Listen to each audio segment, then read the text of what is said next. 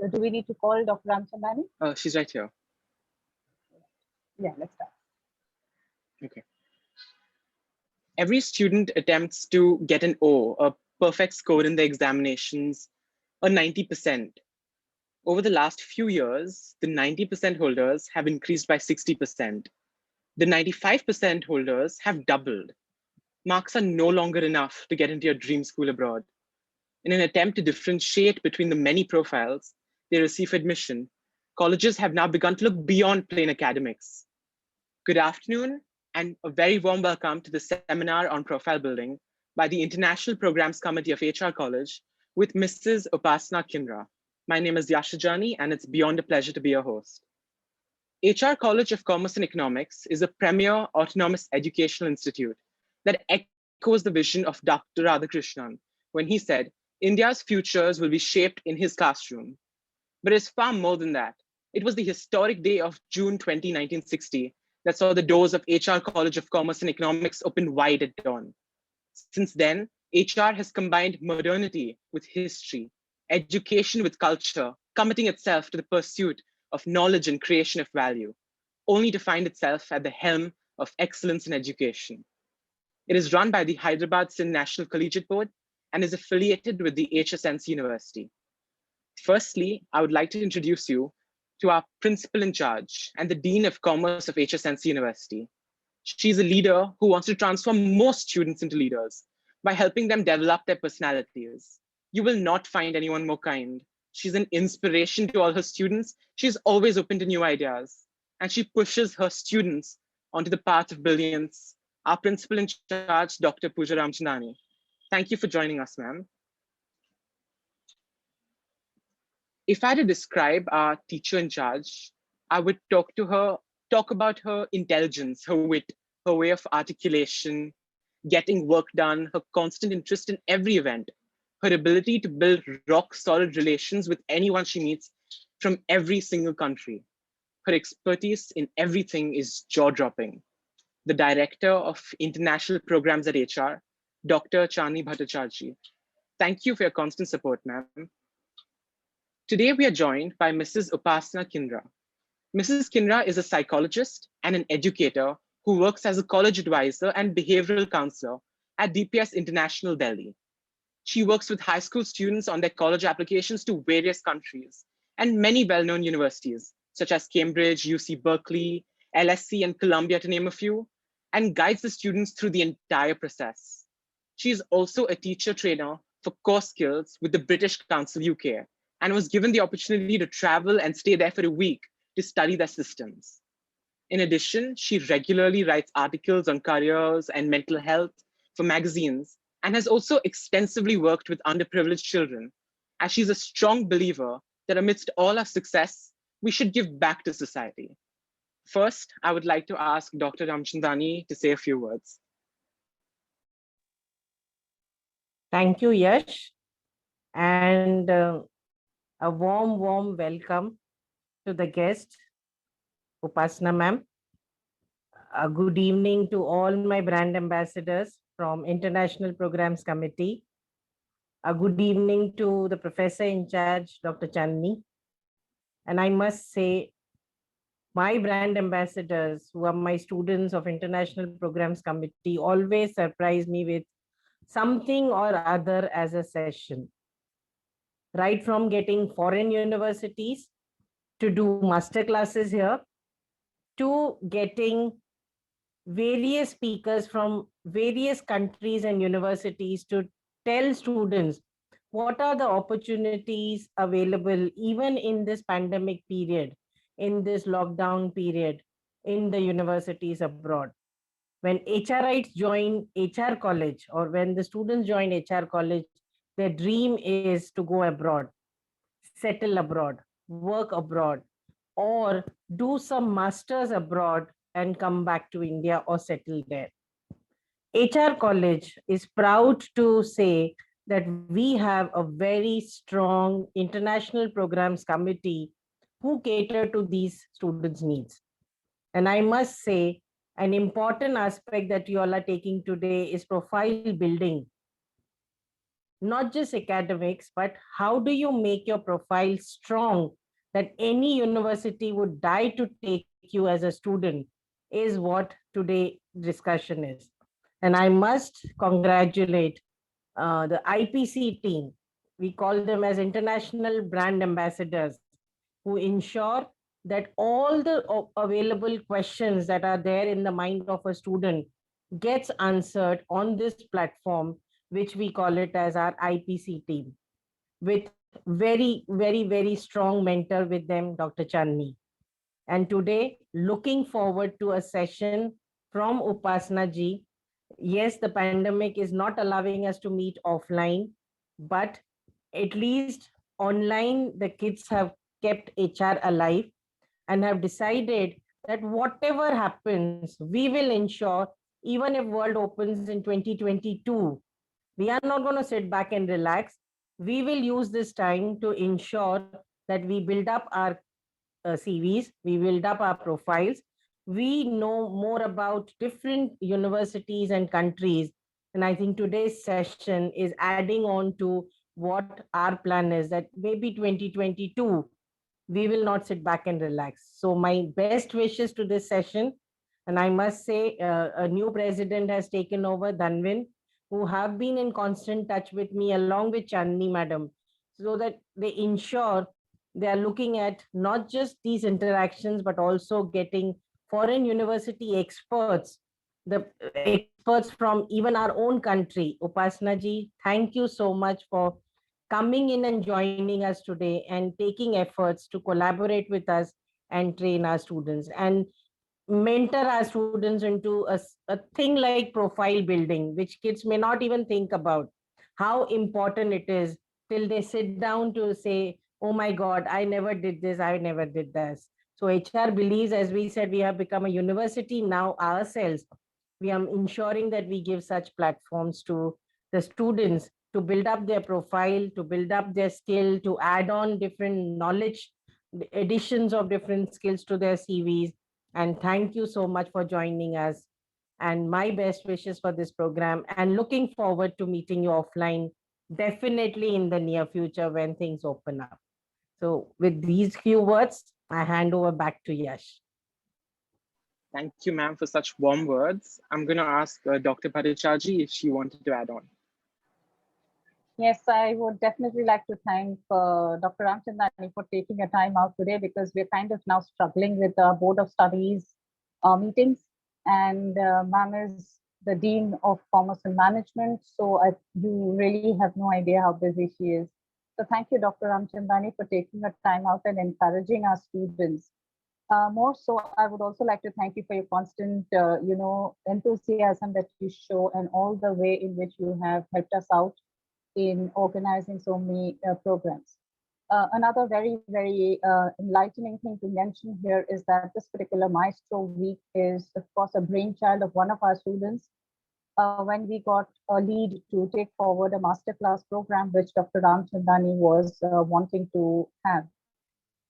So it worked well for us with University of Sydney, who came forward and conducted a few sessions for our students as well. And today we took this a little forward. So we have invited ma'am to come in and speak to us. So Ms. Kindra, welcome to HR College, welcome to IPC, and welcome to Mumbai. It's interesting to know that you already deal with students. So I think it goes beyond anybody's words that you are going to take this session in a fantastic way forward. I'm also looking forward to learn a lot, because in future, if somebody asks me, I should not sound that I do not know. And in future, I hope we can build some sort of a communication and some way forward where we could partner so that our students can also benefit from your expertise. So thank you, ma'am. And a last word that I must say is this team of IPC. Ma'am, you have no idea how hard they've been working. So the moment their examinations are over, they are busy trying to set this up. And we are also trying to get into an international exchange with students. So they're busy with these two major assignments that they've promised the principal. So thank you, this team of IPC that we have, the new team. And they also did a fantastic farewell for their seniors. So best wishes to the team. We are with you, Dr. Ramchandani and me are with you, but it's nothing without you. So it's always you. So all the best. And I'm just waiting for ma'am's session. So thank you, Yash. Thank you, Dr. Bhattacharjee. We are all super grateful to you. Before I hand the floor to Mrs. Kinra, whenever anyone has any questions, please put them in the chat box to Isha Naik. You can find her name. She will be having a Q&A session at the end. The floor is yours, ma'am.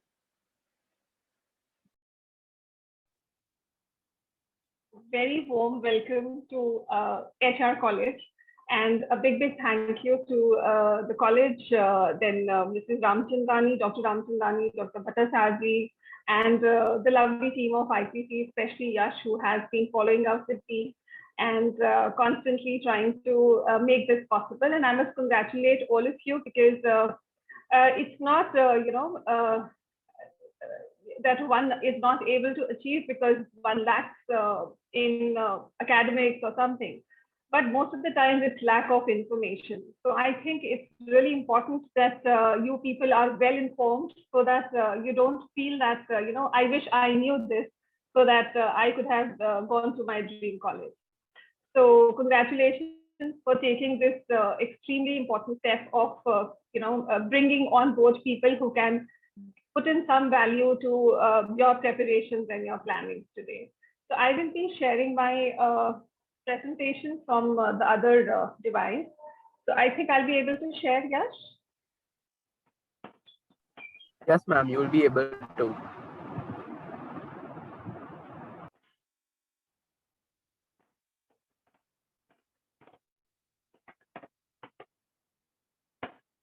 Is my screen visible? Yes.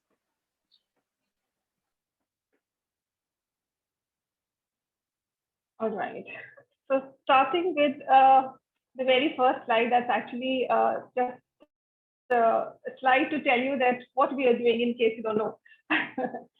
So before I get to what profile building is, I think I would rather start by asking you a question. And is it possible, Yash, that some of the students can just type in their answers in the chat box and I can see that what they're writing? Because I would like to see some responses, because it otherwise becomes a very boring session where I just speak and I don't know whether they're listening. Yes, For sure, sir? yeah. Yeah. All right. So any one thing you think is really important in your profile, just type in the topmost thing you feel is the most important in your profile. Let's see what all answers we're getting. So maybe, Yash, you can tell me if I'm not able to see on my screen. Okay. So Yash says narrative.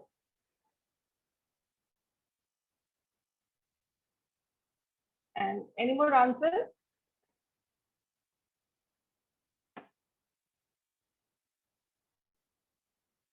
Social work. Okay.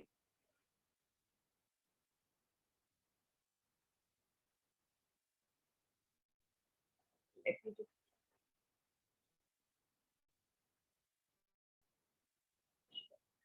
Okay. Co-curricular, college club. Okay. All right. I think someone has raised hand. Probably we'll take up questions later, I believe. So I will not be able to take questions right now at this moment, as Yash also said. So we'll go to the next slide before we talk about what profile is. All right. So my next question is, what is the first step while writing a college application? What do you think is the first step?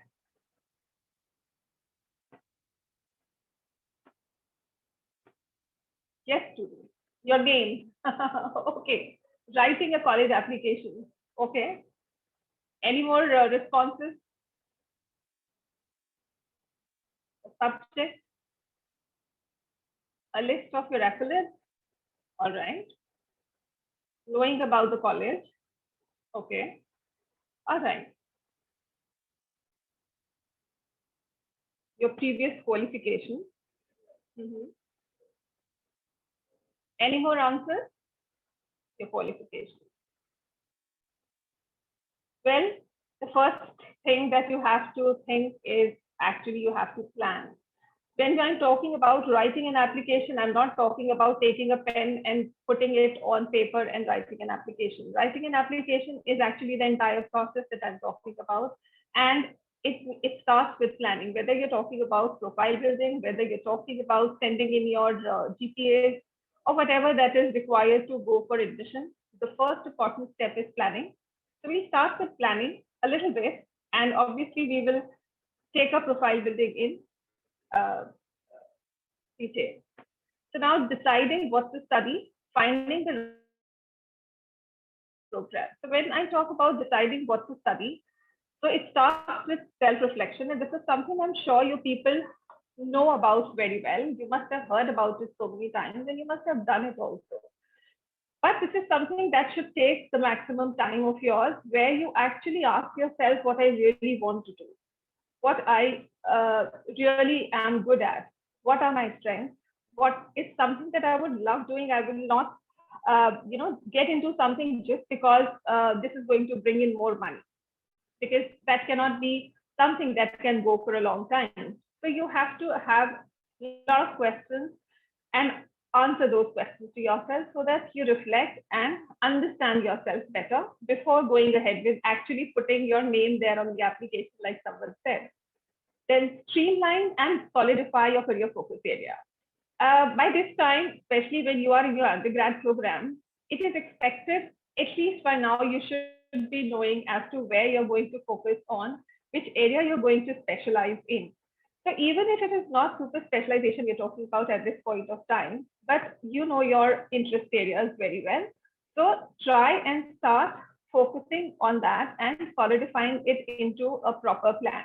So don't just start randomly looking at colleges, their names and courses. First, start with the step, and then the basic or the main or the core word here is research. The third point that I put here, deciding what to study. Research is something that it's the crux of everything. It's crux of planning. Even the crux of finding the right college, and then even the competitive programs that you're going to go for. Research is one skill that you should be working on and building up on right now. Sometimes I feel students just get into a course with very little amount of time in researching the course or maybe the college. So when I talk about researching the college, I also mean not just the rank of the college. Don't just go by the names or the ranks, that's the topmost B school and I have to go there, and that becomes your ego. No, when you are looking at a right college, it means the fit college, the right fit college, where you think you're going to prosper, where you think you're going to actually shine. So a right fit for somebody can be a big campus and a big classroom, lot of activities to do. And for somebody, a right college or the right fit college can be a college which is a small community where you are probably not a very extrovert person. So you like, having close relationships with your professors and your classmates. So that becomes your right fit college. So look at your own self, look at what you are going to need as a student and where you will prosper more. So that is what you're going to look at while finding the right college for yourself. And then, of course, applying to the competitive programs, because you're already in a college which has quite good courses, and the courses that you're in, applying for masters in those courses is really difficult, especially, when you look at colleges abroad, they have a lot of competition for the courses that you're looking at, which I believe are more towards, say, management or pure economics, maybe public policy. Courses like these, they are really competitive and they demand, like Yash already said, not just grades. Grades is just one part of your application, just one part. So what it is that we should be looking at now. So before we go further, another question for you all. What should your application demonstrate? Any one thing, top one thing, what your application should demonstrate about you.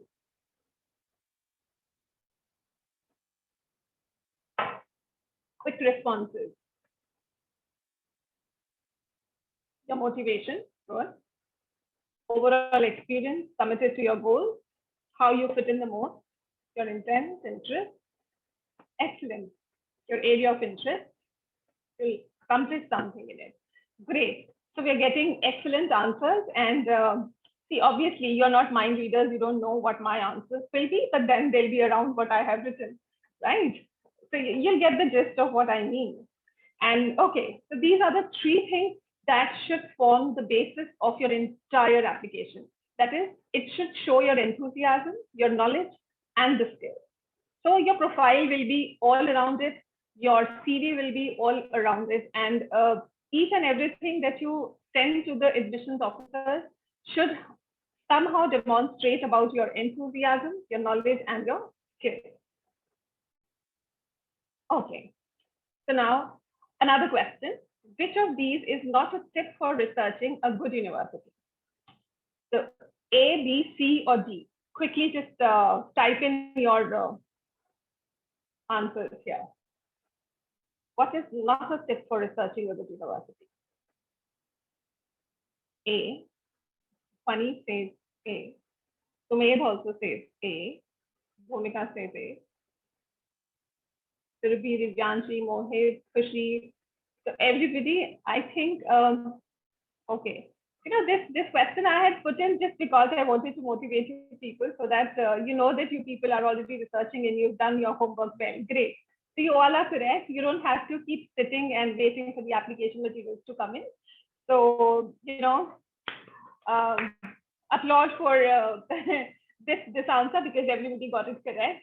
And I'm happy to have a group which already knows a lot. So probably by the end, I might have to add 2-3 slides more when I take the same session with another group of students. So thank you, students. I mean, you people know quite a lot. Great. Okay. All right. So I'm sure this is also going to help you gain some more motivation. Which of the following is not a graduate admission test? Quickly, A, B, C, D. Okay. Ria says B. A, B, C, C. Okay. I'm getting B and C more. C. So, all right. SAT. Okay. So she says C. Great. Yes, that's correct. Few students said it's A or B, but MCAT, GMAT, GRE, they are all graduate admission tests. Abhishek, no, it's not the GRE is a graduate record examination. So it is a graduate test. SAT is something that you appear for after your school or when you're in school for your undergrad program. So SAT was the right answer. I'm sorry if that demotivated you a bit, but it's okay. It's okay. It motivated me a little, you know. I can add on some value today at least. All right. So it's actually SAT and the rest are all graduate tests. So let's come to the core elements of profile. See, when we talk about profile children, it's not about, is it okay, Yash, if I call you children? I That's hope you all won't right, take ma'am. offense. Yeah, Okay. we won't. That's my natural reflex of talking to be called students. young people. They don't like children. They're not quite children and the kids. But they don't realize that to teachers, you're always a kid and a child, just like your moms are. But yeah, so that's the problem with the generation, I think. But sorry to interrupt. Yeah, no, it's okay. Actually, I have a son who's in college himself. So, you know, I identify all the students with him who are in college. I have a daughter in school. So, you know, when I'm talking to children in school, so it's like I identify with that crowd because I have a daughter in school. So that's why, you know, I end up saying children. But if Yash is okay, so I'm sure he's talking from, you know, point of view of other students as well. So, okay. So yeah, coming to the point of talking about the core elements of profile. So what I was saying was that when we talk about profile is not just about the dancing, the social work, the extracurriculars, and just that stuff. When I say profile, actually your profile means your entire application. So when they have the whole set of application of one student in their hand. It's actually, they're looking at your entire profile. So it is not just one thing. It is an entire application that goes to the admission officer. That is your profile. So what all is there in your profile, what all you can do to build up, and what all has already been done and we cannot do much about. So we'll talk about all of that. So as you can see, we'll just quickly look at these points in the beginning and then we'll discuss them further. So the core elements, we'll quickly see what are the core elements: your GPA, the GRE, GMAT, LSAT, whatever standardized test that you appear for, your research project, your portfolio if you're going for a design course. But I haven't touched much upon portfolio today because I just felt that probably not many students might go for designing, but then those who are going, I'm sure they would know that portfolio is an important element.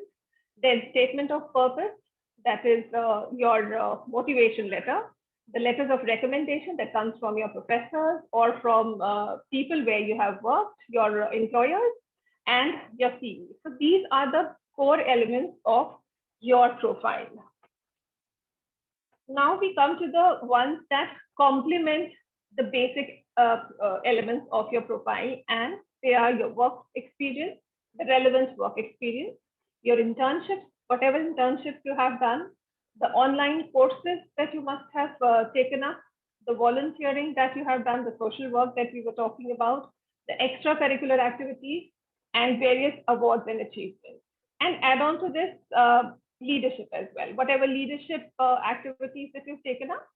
So we'll just move with the next slide, and then we'll go further in details about all these stuff. So time check of, actually you have to do a self-check of time as to where you are at this point of time. There are students who are attending who might be in their first year, so they have a lot of time to build up their profile to plan for their master's study. Then there are second year students who still have some time. Third year students, okay, they have some time, but obviously lesser than the first and the second year students. So according to your present time scenario, you will be planning your profile. So that's something really important. So you will have to prioritize and you'll have to understand what is something that is missing and I have to add on. So that's what something should keep going on at the back of your mind when we are going further with the session. So what is the ideal time needed to build, create a great profile? So how much time you think is the ideal time? Quickly, just the number over there. Maybe you want to talk in months or years, that's up to you. So quick responses from all you smart students from HR, a few years. Few is a very, very vague answer. Okay, so can I have some more specific answers? 3 years. Okay, Romesh. 3 years. Honey Vatela, 4 to 5 years. Okay. After 10, especially phase, goes back to school. Okay. All right. 3 years. 3 years. Okay. So majority says 3 to 4 years. Okay. Fine. So, all right. Well, there is, I won't say there's any ideal time which is needed to build or create a great profile.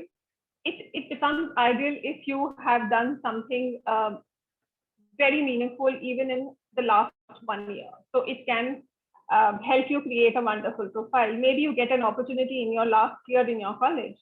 So that is also good enough and can help you in some way in building of your profile. So there is no ideal time as such, but it is the planning that goes into it as per where you are at this point of time, which I just said. That is something that we will be looking into. So starting with the very first and the most important thing that goes to the colleges and the universities is your CV.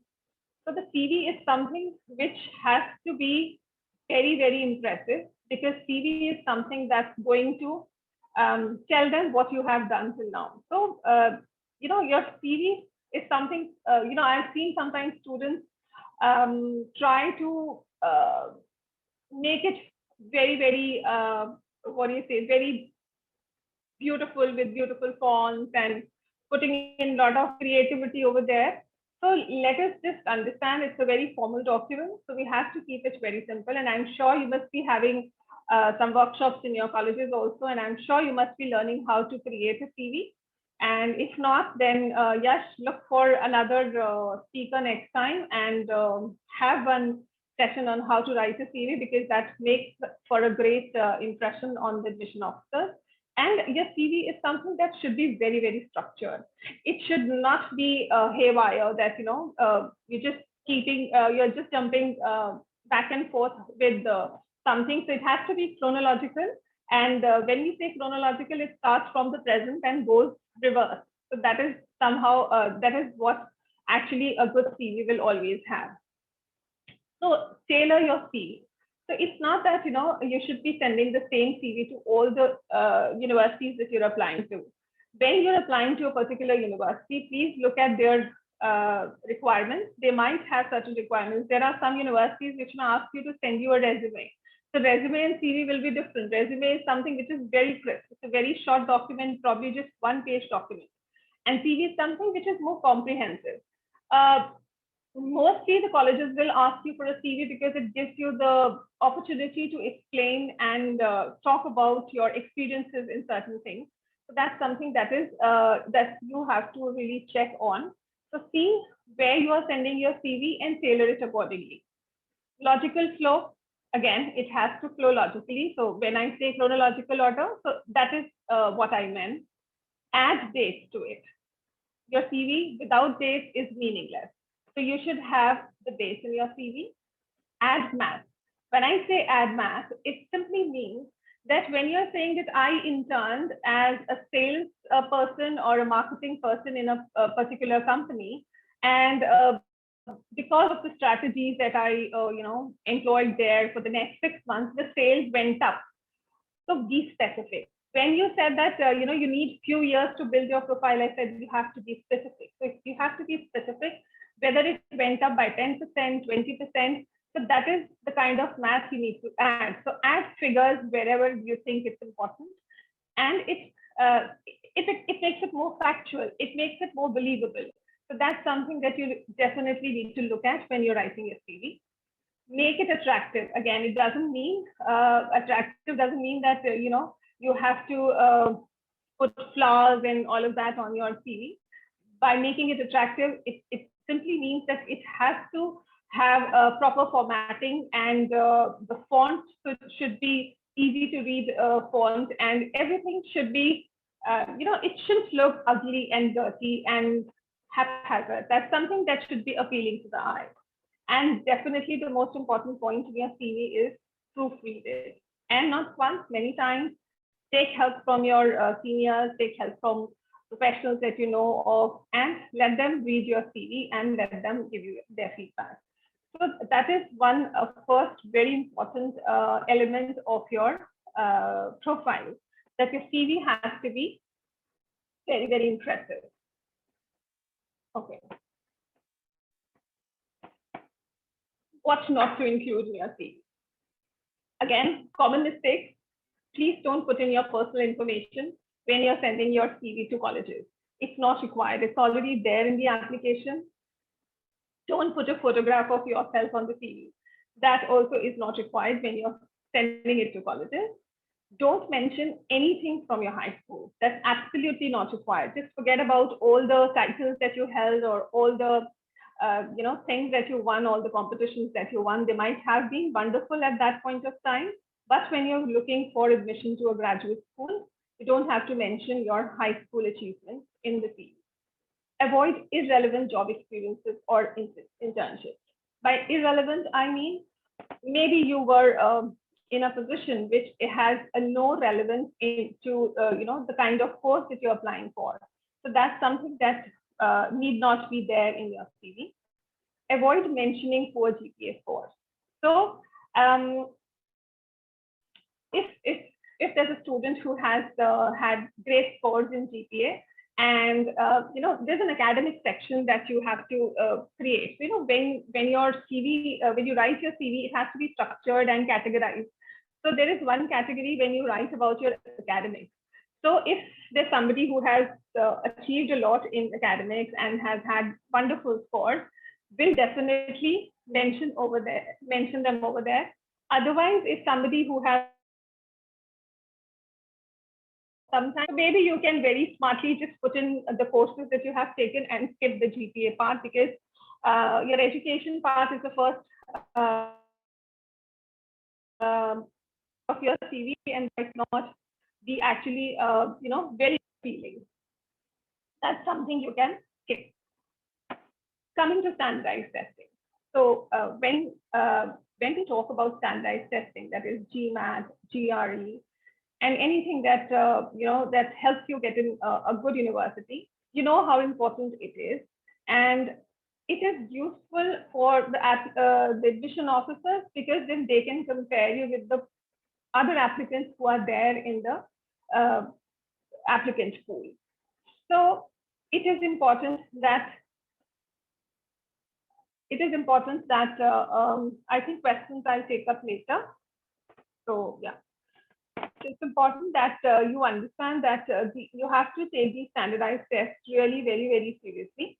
So I'm sure you must have done your research on whether to go for a GMAT or a GRE, or it depends on the kind of course you are planning to apply for. So if you are planning to go for an MBA later on, so obviously GMAT is something which will give you an edge, though GRE is acceptable, but still GMAT just shows that you are more focused towards a management career.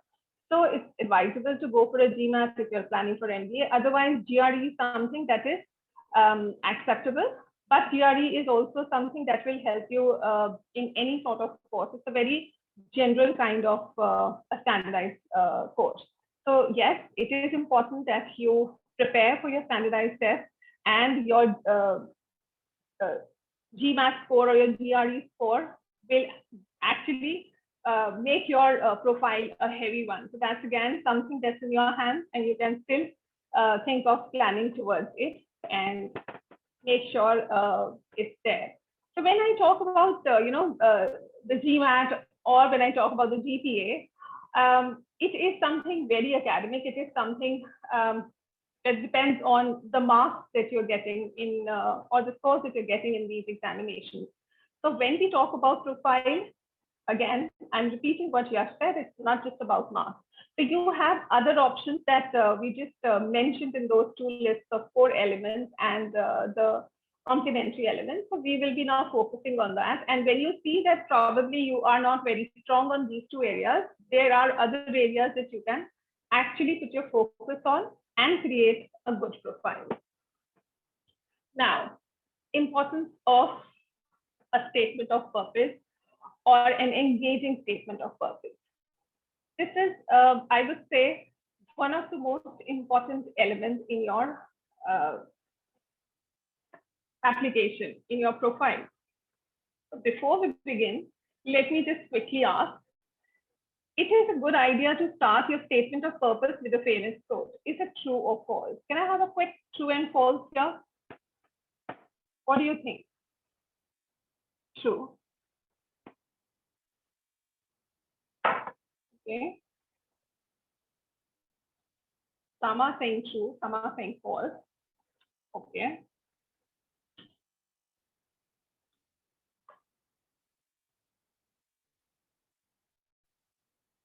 All right. Okay, so I think most of you have said false, and there's a small number of students who are, okay, Abhishek says true. All right.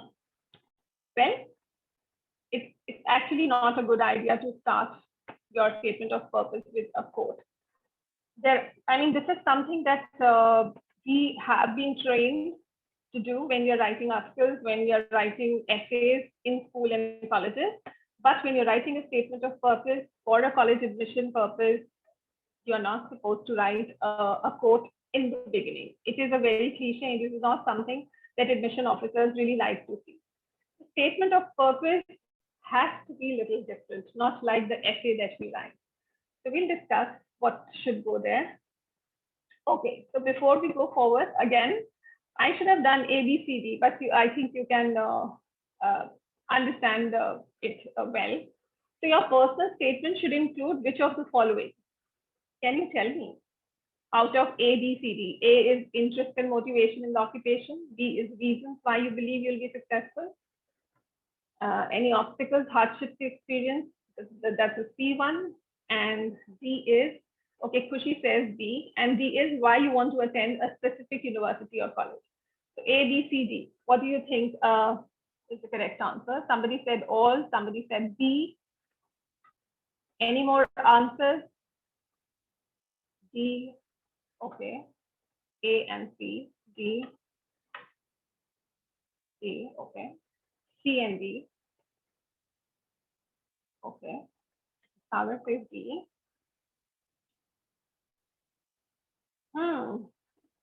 Should I tell you? A and D. Funny says A and D, okay.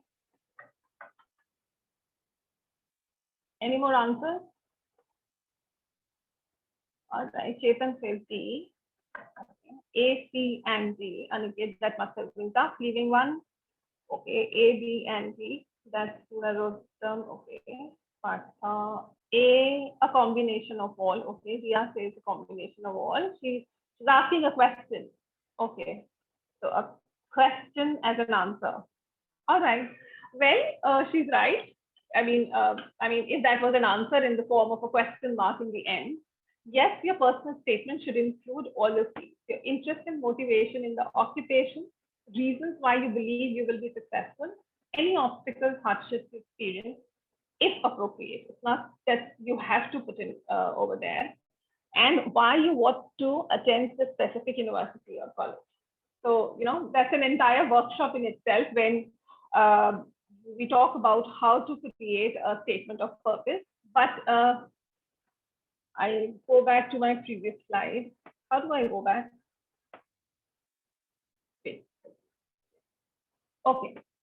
So I'll quickly talk about your personal statement or your, SOP. That is a quick way to say it. So how your SOP should be. Well, when you're writing an SOP, it has to flow.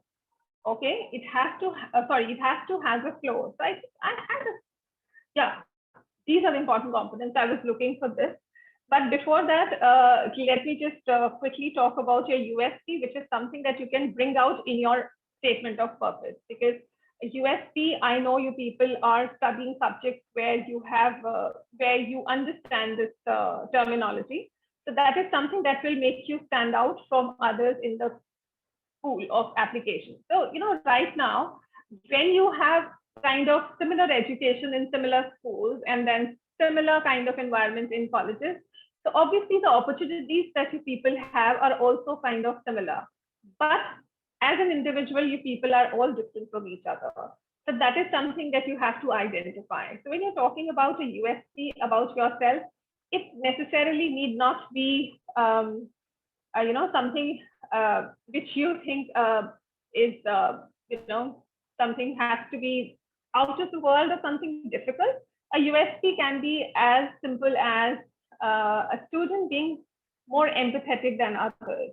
So that can be a USP. That can make you a wonderful leader tomorrow. So that is something that you have to identify what is that strength.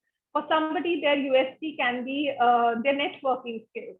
The way they network with each other, that's amazing. There's some students who are just very, very natural with networking with the community around them. So they don't have to really work hard to achieve that. So that's something that you need to identify whether that's a strength.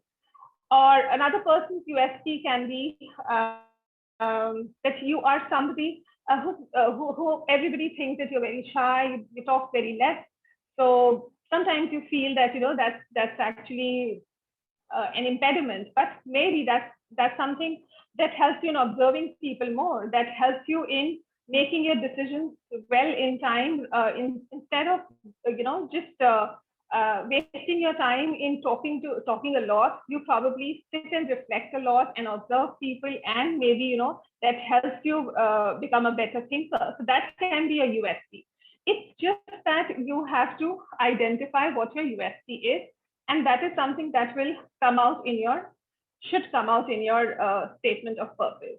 So it talks about who you are, what are the things you appreciate, and what inspires you, what you want out of life, where are you going from here. So you have to kind of connect dots. So it has to be your story. This is the only thing. This is the only thing that helps you to personally connect with the admissions officer. This is your only opportunity, because everything else, the CV part, the application part, and everything else, the transcripts and everything that you're sending, they're all very, very official. This is one opportunity where you are talking one-on-one to the admissions officer. So this is something that you have to really put your heart and soul into. It is something that you don't write it in 1 day or 2 days or 3 days, or maybe not even 1 week.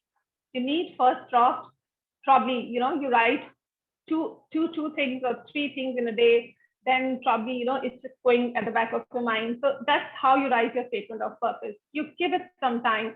You just kind of, have it at the back of your mind and probably put in something there. And then when you've collected a lot of things in your diary, you need to write a diary. So, it becomes easy for you. But otherwise, it's always better to put in your points slowly on a daily basis, and then connect those dots, create a story out of it. And when we say that, you have to also talk about the university that you're applying to, go to the website of the university, look at certain things. Say, for example, you've written 5 points for yourself. Say, for example, you said that I am a person who likes to talk to people, who likes personal connection with people. I am a very people's person. That's something probably you have written. And when you look at the university website where you're applying, maybe that is one of the core mission statement of theirs, or just read those statements. They are loudly telling you what we are looking for in our students. So look at their mission, look at their mission statements, look at their entire the about page as to what is something that makes this university what it is today. So find out the similarities or the common points between you as a person and what the university is offering. Try and connect that, and then probably write about it. Try and look at even the course curriculum and what you have done, say probably 2 years from now, and then connect those dots. That is something that is really important. And at the end of it, run through the draft of your statement of purpose from at least 2 to 3 people, but those 2 to 3 people should be experts. I mean, somebody probably who knows you better, you can talk to that person, but when you want to get your SOP seen, or you get a feedback on, probably somebody who has a good language, because it's very important that you don't falter where your language is concerned, no grammatical errors, and nothing that actually puts off the admission officers. So make sure that everything, if possible, is perfect. All right. So coming to an impactful letter of recommendation. But here you might say that this is something that the teachers or the professors write for us, ma'am. What can we do about? So let me start with you, Yash. Since you have been an important part of this committee that you're running, the ICC, and the things that you're doing for the college and for the students, the teachers and the professors already know what you're doing for the college and your community. So they know your work. So when they write a letter of recommendation for you, they will be full of praises for this. So that is something that I'm talking about, where you have a lot of control over what kind of a letter of recommendation you want. So if you want a letter of recommendation that makes an impact, then it should be very personalized by the professor. And a letter of recommendation can be personalized only if you have that connect with your professor. Sometimes students think, all right, I mean, we talk to the professors when it's needed, when it's required. No, you have to be more forthcoming. You have to be forthcoming with not just new ideas all the time. It can also be, sharing something with your professor, talking about something where you need help, or maybe taking guidance from the professor. It just shows your intent of what you want to do, how serious you are with your career, and your studies. So all these things, they need to see it from day to day. And I know it's a time of pandemic, and it's really unfortunate that you're not seeing each other face to face. But even in online classes, you have ample opportunities where you connect with your professors.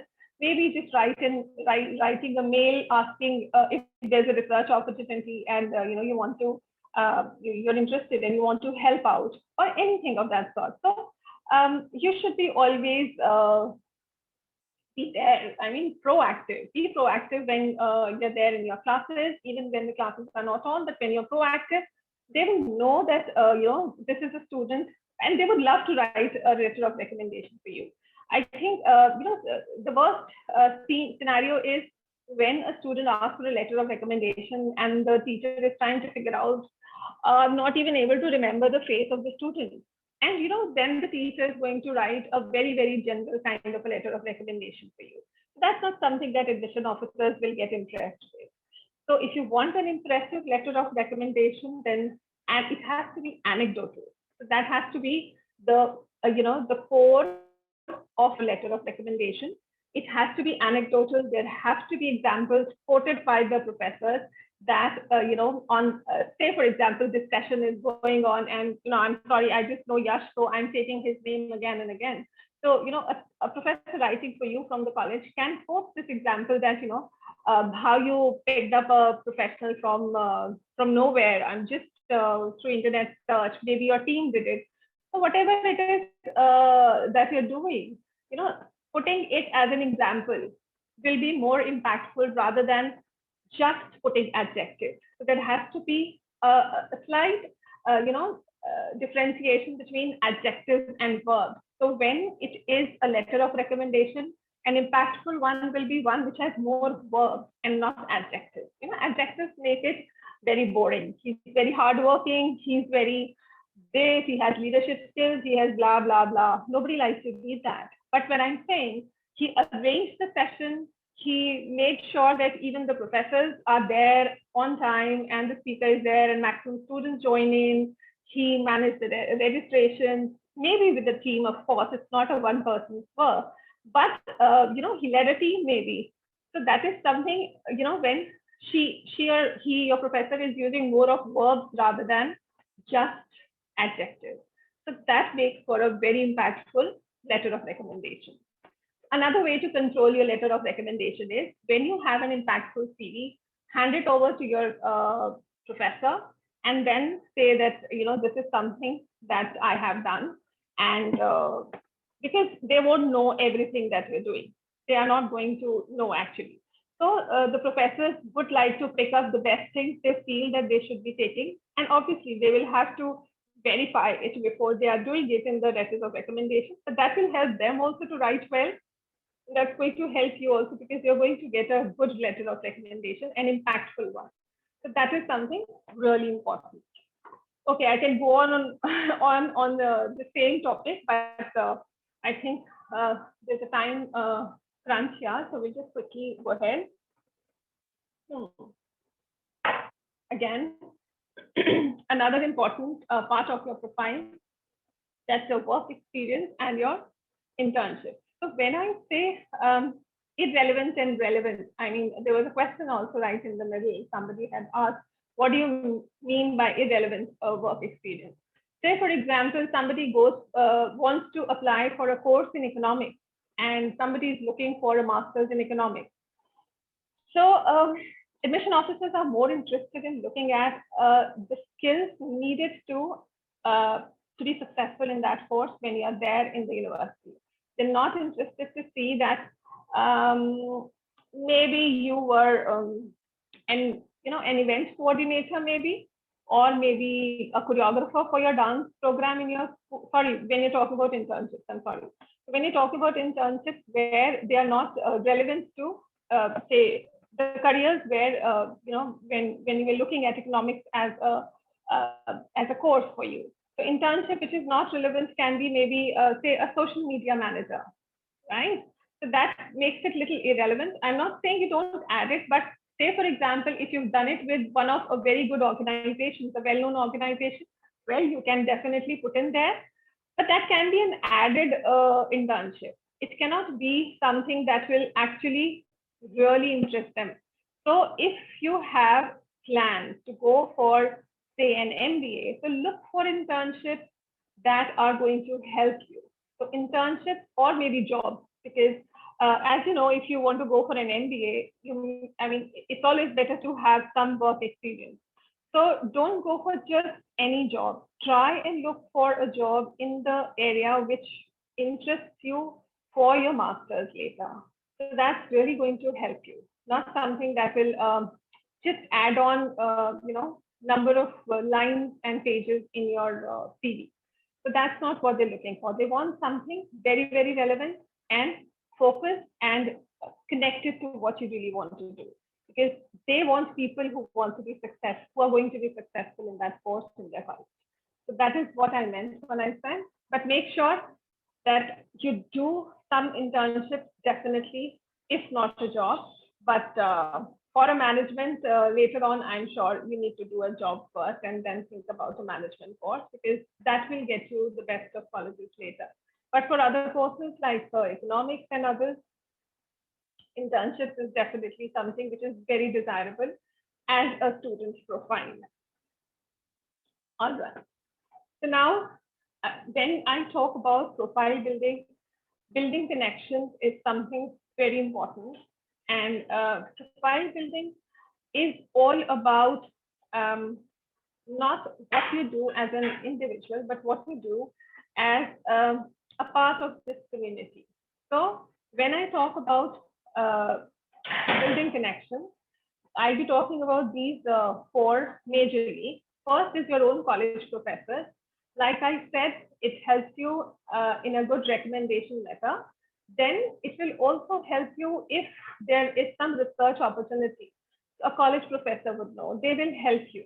So stay connected and always make sure that you are taking their guidance at every step of time, every step that you take. So that's really going to help, because they are in this profession for so long, and they are the people who have seen students go to different excellent places. So they will have a lot of guidance to give. They'll have a lot of stories to tell.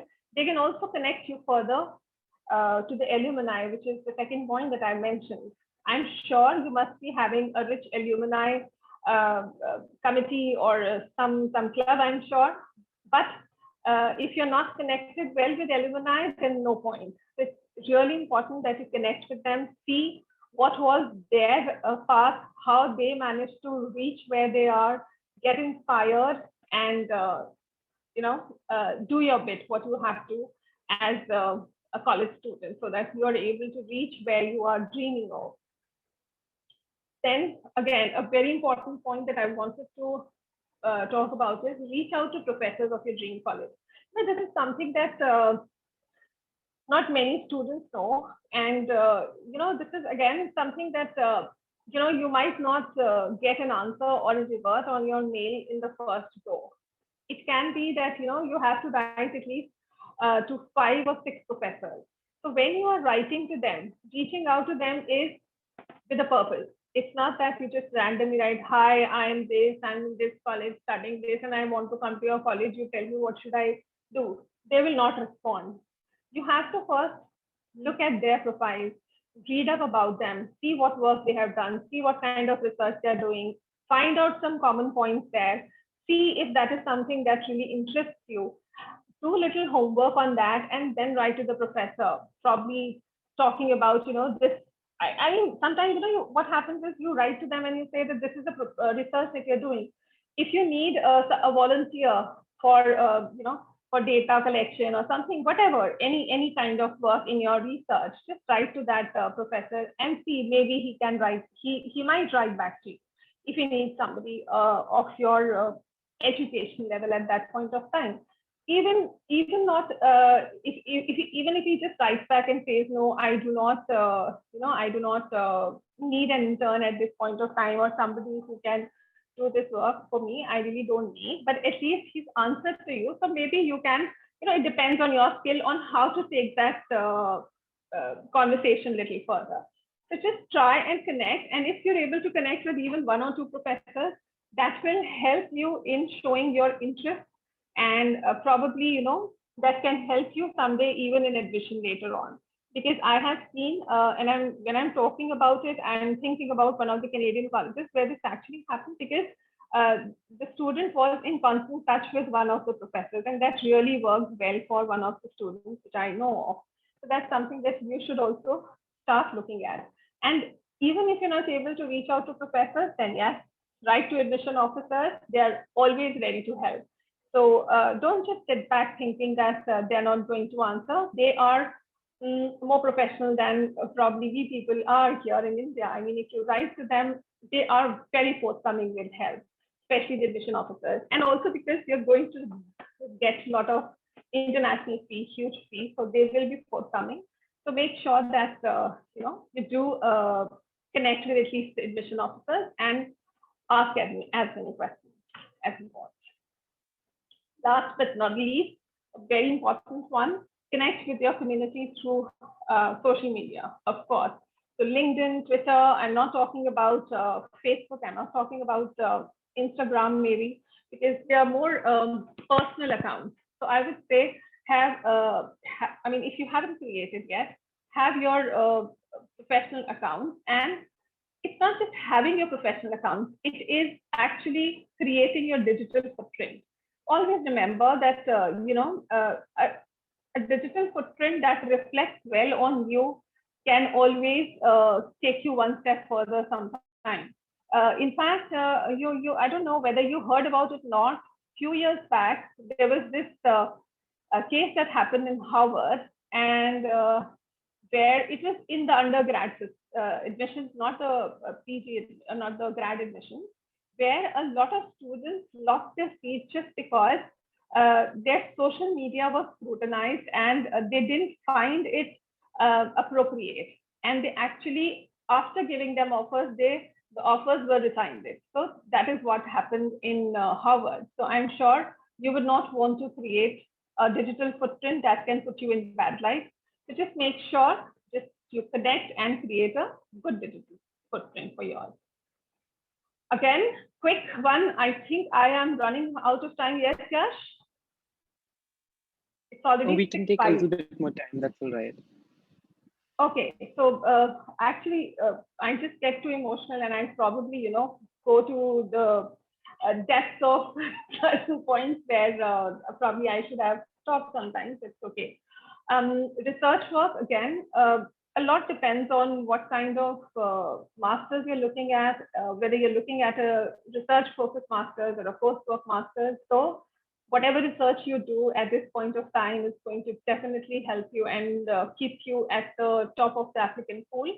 But try and do some sort of research. It can be just an action research, it can be just a survey research, it can be just maybe you are just reviewing a research probably. So that's something that you can do. And if you can publish a research, then nothing better than that. I mean, that's something that will be really wonderful, and that's going to take you many steps higher if you're able to get your research published. So again, get in touch with your professors, get in touch with some agencies which look for student researchers where you can get help, and then you can do small little researches and build up your profile there. Okay. Again, leadership. Leadership is something that, again, is a very important part of your profile building. Try and find opportunities where you can show your leadership skills. Create opportunities for yourself if you're not able to find some. Create a club, or I don't know this club who created this ITC club, but I'm sure there was somebody who started it, right? So it was somebody who took the initiative. So initiative taking is extremely important. So leadership can also be in terms of say conducting a research in the college, and you started a research and you started a team of students who got on board, and all of you completed as a research together. Or a leadership can also be, at this time of pandemic, where you do some social work, where you initiate some program and everybody follows you, and you're able to bring something to the society, give back to the society. So that kind of leadership, that kind of initiative, if you are able to do certain things where your leadership is there, so that's something that will really help you in your profile. If you get opportunities, the ready-made opportunities where you can become a president of a club which is already running, a vice president here, and something or the other, I'm sure your college is giving a lot of opportunities, because I did looked up on LinkedIn some profiles of students on in HR college, and I could see that you people have been getting certificates for leadership and all that stuff. So that is an excellent way of building up on your profile, and that's something that actually admission officers will be looking forward to. Of course, that's something I don't have to tell you, but this is again something that you will be putting in your CV and in your application. That is again an important part of your profile. So all the accolades and all the achievements and all the rewards that you've been getting in academics, that makes an important part of your profile. So put in all of this, show all of this when you're creating your CV. Online courses, I'm sure you people are already doing it. And it's just a question that some students sometimes ask me, ma'am, do these courses really matter? Because these are so easily available, anybody can do. Yes, anybody can do them. But these courses, if done from a good platform and it's connected to your interest area, then definitely it matters. And if you do random, random type of courses, I don't think that will matter more. So it has to be very focused.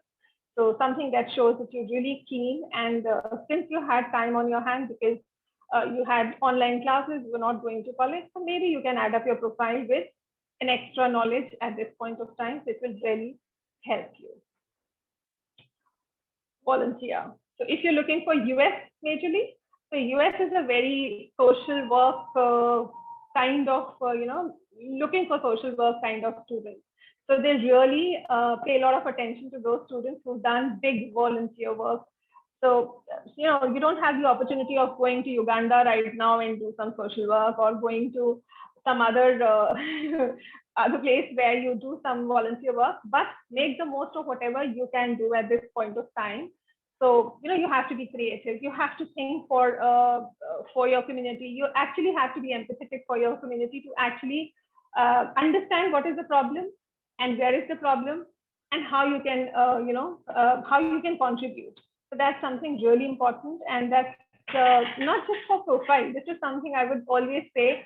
I always say to my students, no matter which year students I'm talking to, volunteering is not just for profile building. And this is something I sincerely believe in, that whatever we can do for the community, that is something really important and builds up our character. And when you have a character which is built up on giving something back to your society, I'm sure it's going to shine when you are in your interviews also. So make sure when you volunteer, it is from your heart and it's not just because you're building up a profile. So just look for some opportunities and do that. Yes, this is something we all know. Extracurriculars. And again, just one point of caution here. Doing too many things is not going to make you impressive or your profile impressive. Have the depth in whatever you are doing. If you're doing drama, don't think, yaar, sirf drama karta hu, isse kya hoga? No, it's not that. If you do just photography, do it. Show the depth of your interest. So that's going to reflect well on, your kind of personality you are, that, you're giving your everything to your interest area. So when you're doing photography, so you're just doing that. So it's not that somebody who has 2 or 3 interests or more than that is somebody who's more impressive. It's just that the depth in your work is going to help you. So have that depth in your work, whatever extracurricular it is. Create that kind of profile. Okay, so I'm quickly done with the points because I was looking at the clock. So before we go back to the questions, maybe we can have quick answers from the students here. What surprised you from this presentation? If it did. I mean, maybe some point at some point of time you felt that this was surprising, that you didn't know about. And what is something you learned? And obviously the third one we take later. So maybe just answer the first 2 questions, and the other information I'm sure we will be having for Q&A round. So yes, I would like to see some responses. Ma'am, can I say something? Yes. Sure, go Okay. ahead.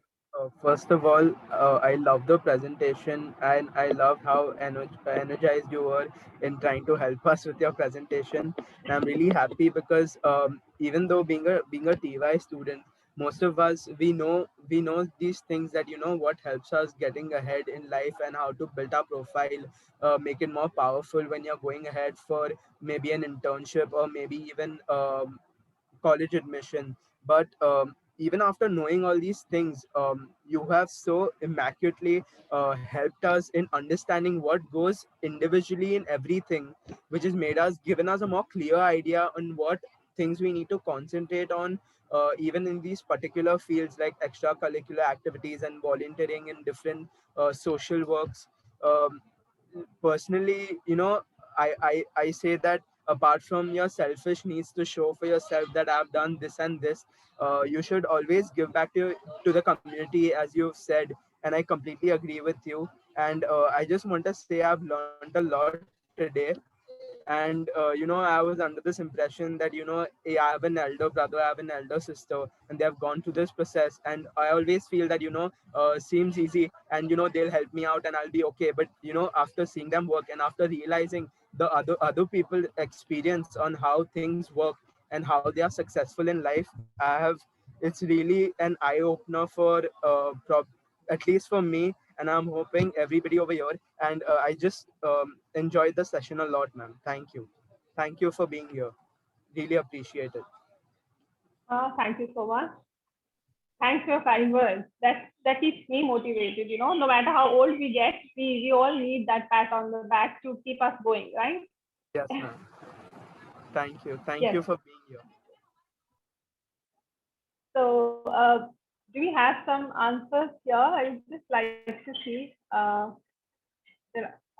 saw that somebody was writing.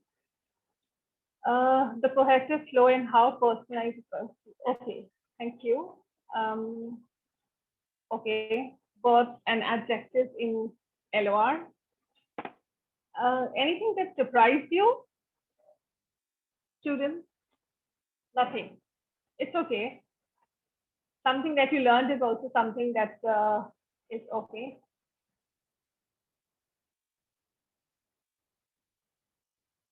All right.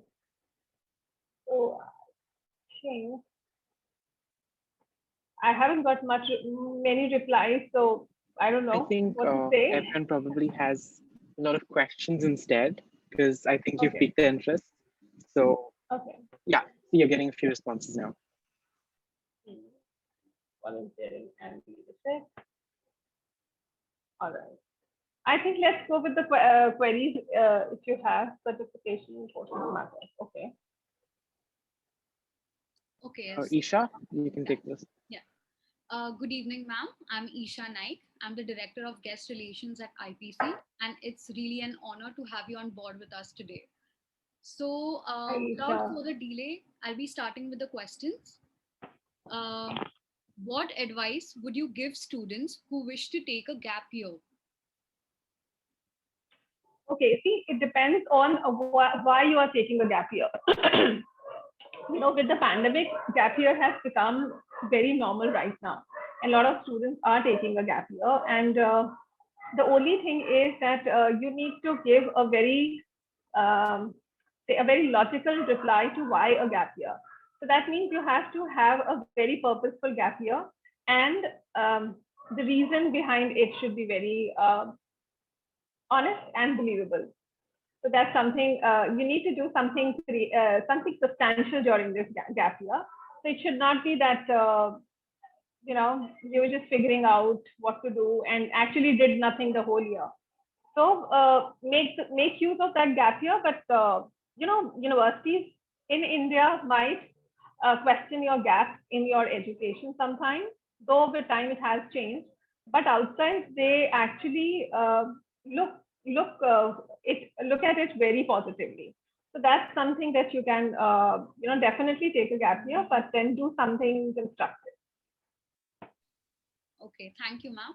Vaishnavi has asked, is 1 year of experience, work experience, is counted as work experience or not? The question is 1 year work experience Yeah. counted as work experience? Yeah. Of course, it is work experience, but when you're applying to certain universities, when I say research is the correct word, please look at the website of the university, because universities will write, if it's a requirement, they might write that they need 1 year or 2 year work experience, right? So depending on that, it becomes relevant or irrelevant. But it is work experience, no doubt. Ria has asked, can LORs be by online professors? Yeah, of course. Any professor who's teaching you right now, I mean, all of them are teaching you online right now. So it will be an online professor only. So, okay, you're online students and they're online professors. So I never thought it that way. Of course, they can write for you. So that's why I said you have, you have to stay connected with them, whether it's an online college or not. And it can also be from an employer where you worked for 1 or 2 years, maybe a place where you interned and you've done very well over there. So yeah, so academic LOR will be from your college, and non-academic will be from where you work. Thank you, ma'am. Dhruv is asking if college ranking matters when we are picking which place to apply to. That is the most asked question, and that is the most confusing question for everyone. See, I would say that, for example, you have to choose between two colleges where you applied to. Say you applied to a high rank college and a medium rank college, but the course at the medium rank college is something that you definitely want to do, and you have applied to the high rank college thinking that this course is not very competitive, so I will be able to get into it. At least I'll go into a good college. So I would suggest go for the medium rank college, because at the end of the day, of course, where you studied will matter, but what will matter more is what you made out of those 2 years that you were there in the college. And you as an individual, the kind of skills you have, the kind of personality you have, the kind of person you are, the kind of work experience and internships you have done. So all of that will count. So it's not just what college you are going to. So you have to sustain in a course. So if you go to a high rank college and the course is not of your interest, you might not get good scores then. Then what's the point going there when you don't have good scores? So yeah, of course, when you're talking about a Harvard and you're talking about Stanford and you're getting the choice of the subject of your choice, then why not? Of course, you should go there. But when you're applying, my advice is have a list which has your dream colleges, have a list which has your colleges where you think you can reach, and safety colleges. So it should be a list which should be comprehensive and a combination of all kind of colleges. So not just high rank colleges, because what's the point of applying if you might not get it, because they're competitive. It's not a matter of how smart I am. It's a matter of how smart the pool of applicants was. You don't know. I mean, they're coming from all over the world. So there's no guarantee. So just have safety colleges also in your hand, and the safety colleges which you would like to go to. It's not having with them just for the heck of it, because maybe in the end you have to rely on them. So something where you would like to go. So yeah. So how do you build a profile if you want to change streams? This is a very individual question, a very specific, because changing stream will be what? I mean, how much? I mean, if somebody who has asked this question would like to probably give me more details, then I might be able to answer it better, because if it's completely disconnected, then I'll have a different answer. If it is connected, then again, I can have a different answer. So yeah, maybe I can get to know if somebody who has sent this question I have can tell me. allowed unmuting, so you all can unmute yourself and ask whoever wrote this question.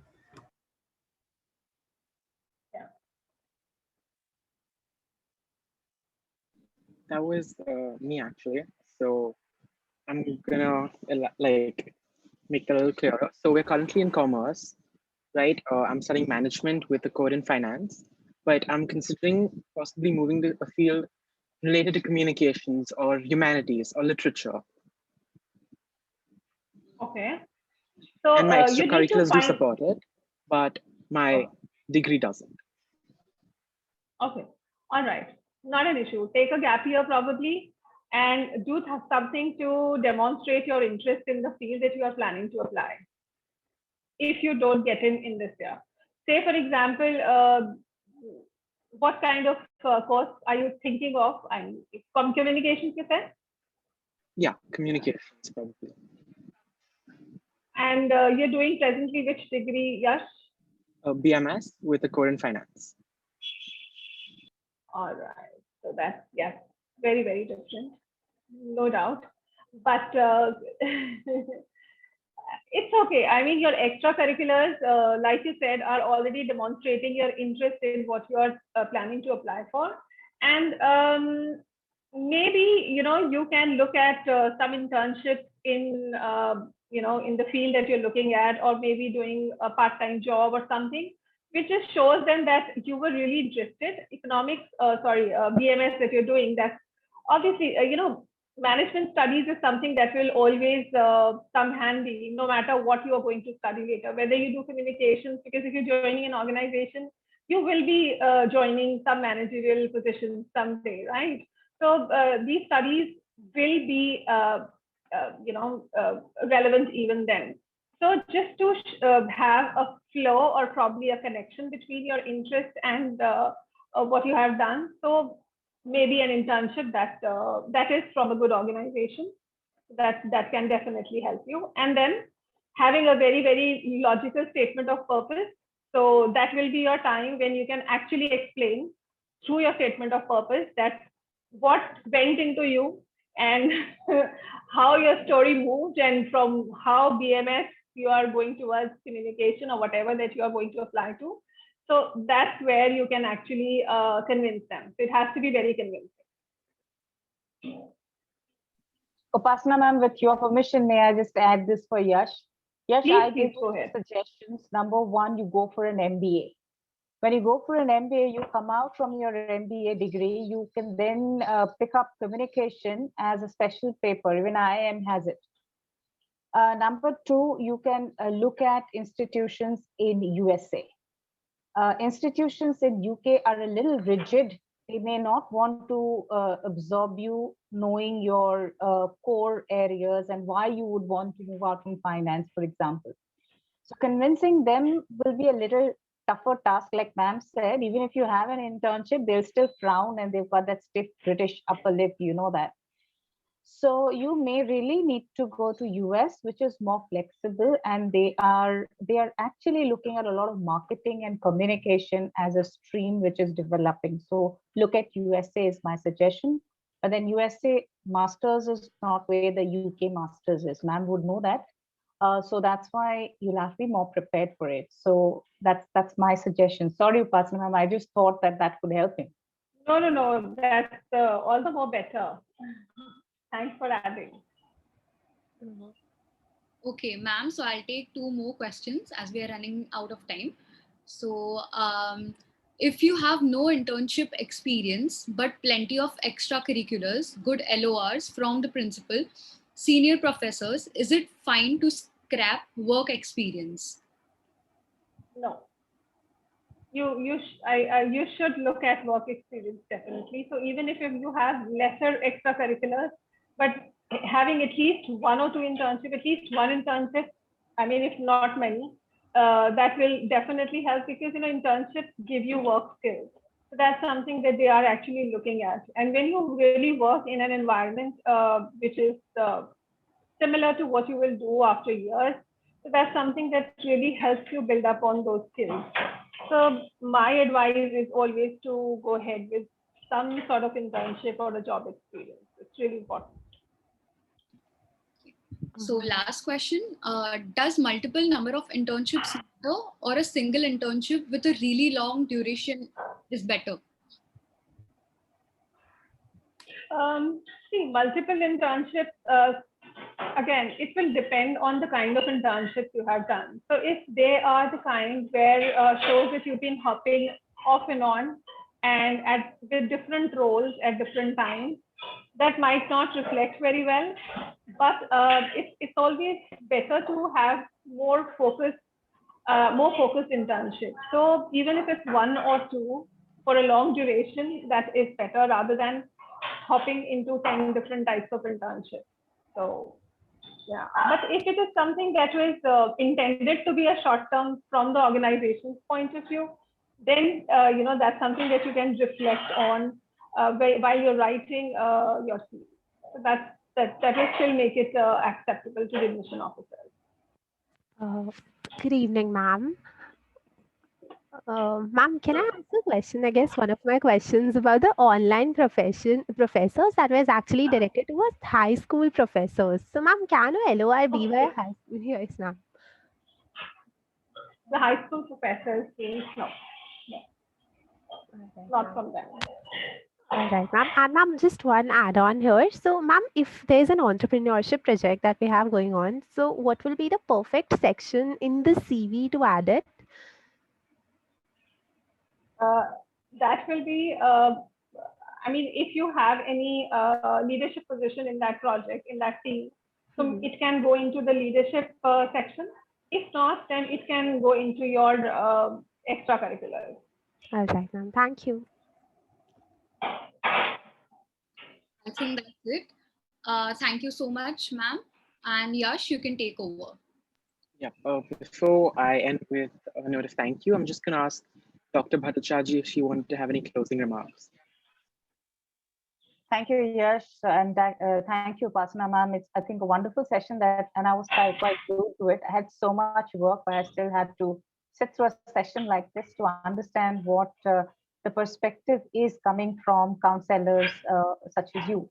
So thank you, ma'am, for me taking time out. I know it's a very, very busy week. I'm not sure what's the status in Delhi. I'm sure the situation around COVID also must be still not so settled. So thank you. And like Dr. Ramchandani said, do connect, and we should be connected, in touch, and hopefully we'll see you in HR someday and in Mumbai City. And it'll be some way that we can take this forward as well. So thanks a lot for joining in. Well, thank you from my side to all of you for actually arranging this. And I really like talking to students. So that's something that I really enjoy. So that will be my final remark for all the students here. So do what you really love doing. So even if you're doing commerce right now and you feel you want to change your stream, just find connections, the right kind of connections, and go by the flow. So that I forgot to go to my next my next slide, where you can probably reach out to me. So if you have further queries, you can just send a mail here on careergenie.info@gmail.com, and I will reply to your questions there. And you have everything in your hands. You can build your future yourself. So start working on it. Do a lot of research, connect with people, and stay relevant. Thank you so much, HR College and the IPC committee, Professor Ramchandani and Bhattacharjee, and Yash for arranging all of this. Thank you, and we'll meet again. Thank you so much. Thank you so much, ma'am. I'm sure the session has helped everyone immensely. All the 120 students who attended must have learned something very real to consider for their academic future. At the very least, we'll all consider internships and extracurriculars a little more seriously, and we're very happy to have interacted with you. I especially enjoyed when you spoke about the letters of recommendations, the verbs versus adjectives thing, the social media angle, and in general, the interactive session. I'm sure everyone appreciated it. Not a lot of people do that anymore. Thank you so much, Mrs. Kindra, for your time, and we will end with this. My pleasure. Thank you.